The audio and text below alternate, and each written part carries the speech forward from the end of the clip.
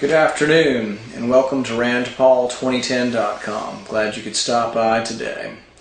You know, many questions in history we debate about the causes, the Great Depression, the Cold War, what the ultimate historical answers to why these things happened and how they ended are very important, so in the future we do a better job with our public policy. Many people said the Cold War ended simply because we outspent them or because we had a more mighty military.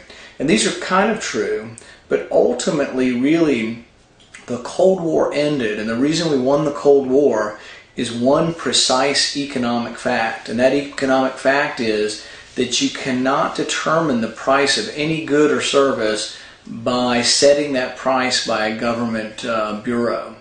In the Soviet Union, all of the prices were set, so they'd set the price of bread.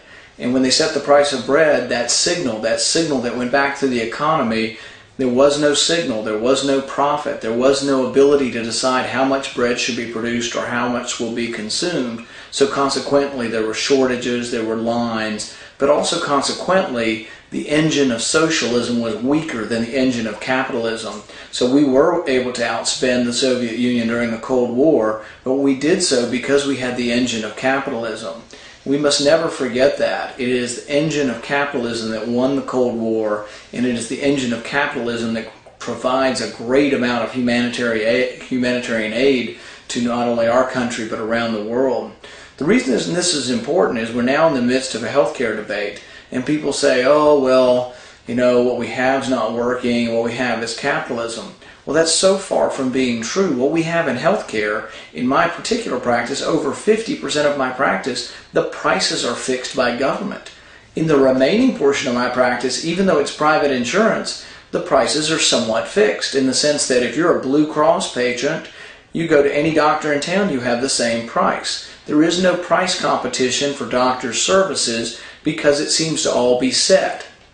Part of that's because the government controls over half of it, but part of that's even in the private insurance. You have an intermediary, someone between you and the service. You don't pay your doctor for your service, you pay an insurance company. And this system hasn't been working because you don't have freely fluctuating prices. We need to understand this when we ask the question, what are we going to do about healthcare? We have to ask, do we already have too much government involved in healthcare or too little government? Do we want to blame healthcare problems that we have now on capitalism when there's very little capitalism involved in healthcare?